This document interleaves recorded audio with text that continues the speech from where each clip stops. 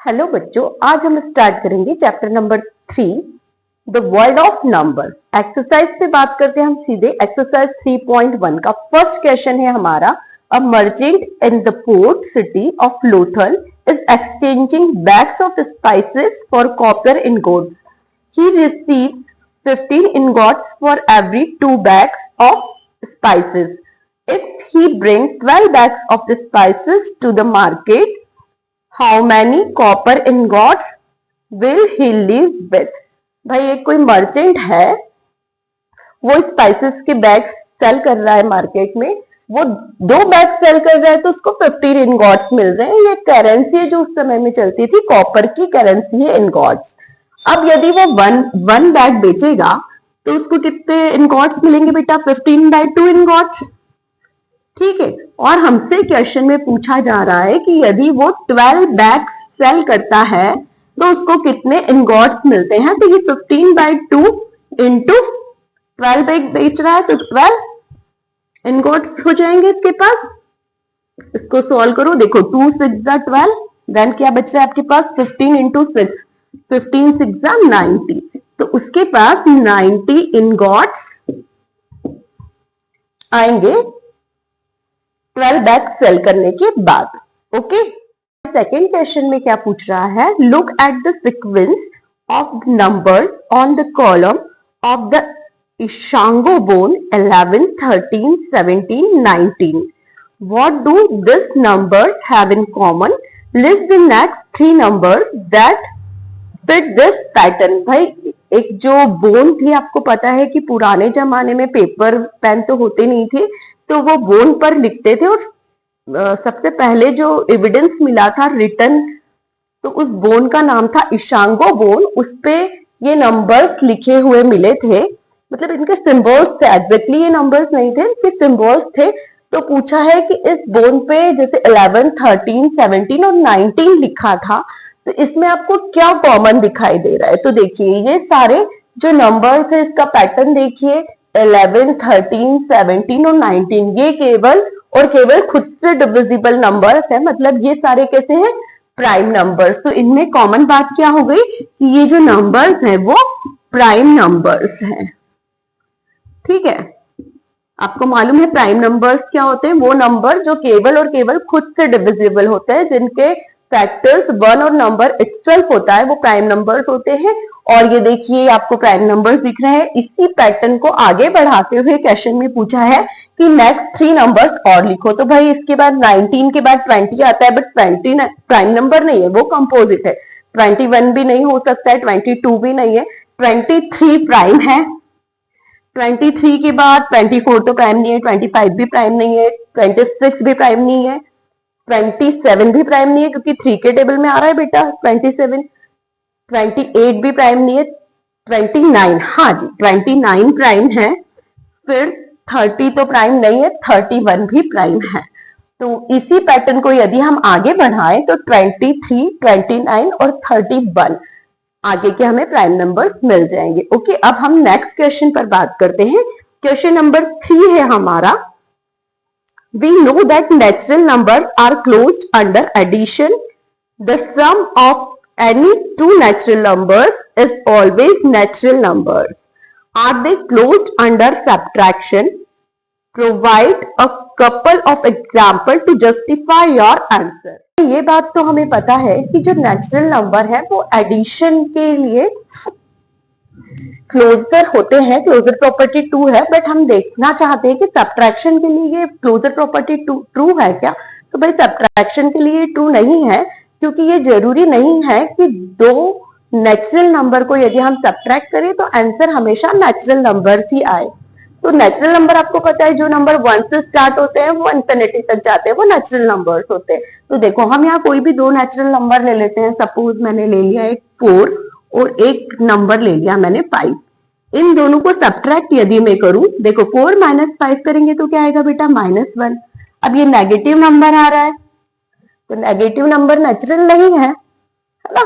तो ये natural numbers are not closed under subtraction.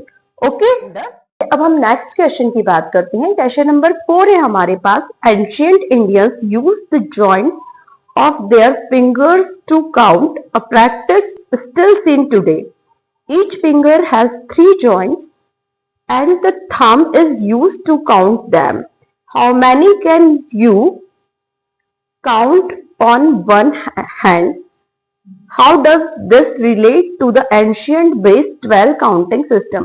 भाई आपको पता है कि अगर हम पुराने समय की बात करें तो इस तरह से फिंगर पे काउंटिंग होती थी। देखिए एक फिंगर पे 3 कट लगे हुए तो एक फिंगर पे 3 काउंट करते थे आप, और ये थंब जो है इसकी हेल्प से आप काउंटिंग करते थे।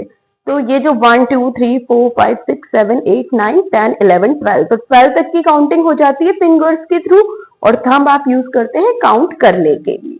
ओके, और जो एंशियंट टाइम था उस पे जो नंबर सिस्टम था उसका बेस 12 था, क्योंकि वो फिंगर पर काउंटिंग करते थे। ओके, तो चलिए अब हम स्टार्ट करते हैं एक्सरसाइज 3.2। हमारा जो फर्स्ट क्वेश्चन है वो है the temperature in the high altitude desert of Ladakh is recorded as 4 degree centigrade at noon, by midnight it drops by 15 degree Celsius. What is the midnight temperature?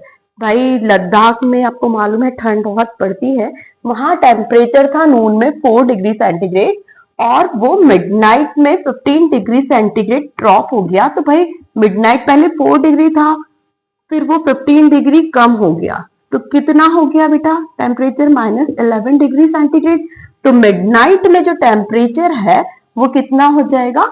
-11 degree centigrade. आपका answer आ गया -11 degree centigrade. Okay, बहुत easy सा question है। तो चलिए हम second question की बात करते हैं। सेकंड क्वेश्चन है हमारा, a spice trader takes a loan of ₹850। भाई 850 रुपीज का लोन लिया है ट्रेडर ने। The next day he makes a profit और फॉर्च्यून ऑफ ₹1200। भाई उसको फिर बाद में 1200 रुपीज का प्रॉफिट भी हुआ है। The following week he insure a loss of 450 rupees. बाद में उसको 450 रुपीज का लॉस हो गया है। अब क्या बोल रहा है क्वेश्चन में हमसे? Write this sequence as an equation using integers and calculate his final financial standing. तो भाई सबसे पहले देखो उसने क्या किया था कि लोन लिया था 850 रुपीज का, डेप्थ हुआ था, लिया था उसने इसलिए -850 रुपीज, क्योंकि भाई ये तो उसने उधार लिया है। अब फिर इसको क्या हुआ, बाद में नेक्स्ट डे प्रॉफिट हुआ, फॉर्च्यून हुआ 1200 रुपीज का। प्रॉफिट को या फॉर्च्यून है तो पॉजिटिव, भाई 1200 रुपीज उसको मिले। अब इसके बाद आगे क्या होता है बेटा कि ये होता है the following week he insure a loss of 450 rupees. 450 rupees का लॉस हो जाता है। लॉस होता है मतलब माइनस में 450 आ गया।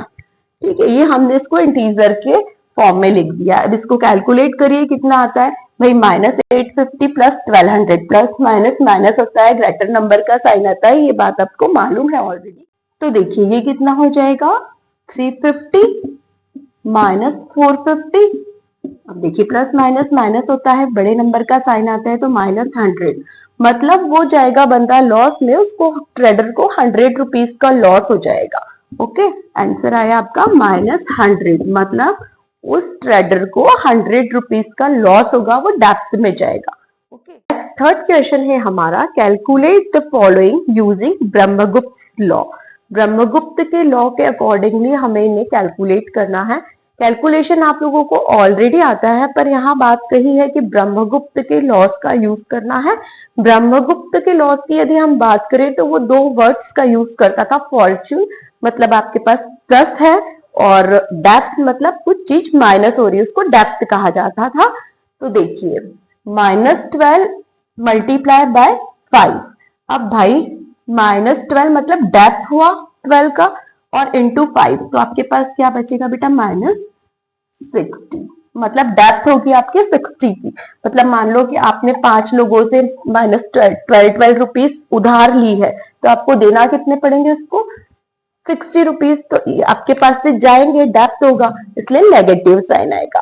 अब यहाँ देखिए, मान लो आपने किसी से -8 रुपीज उधार लिए, डेप्थ है, और फिर उसने थोड़े दिन बाद बोल दिया कि चलो रहने दो, मत देना, उसने भी डेप्थ कर दिया, मतलब बोला कि मत देना।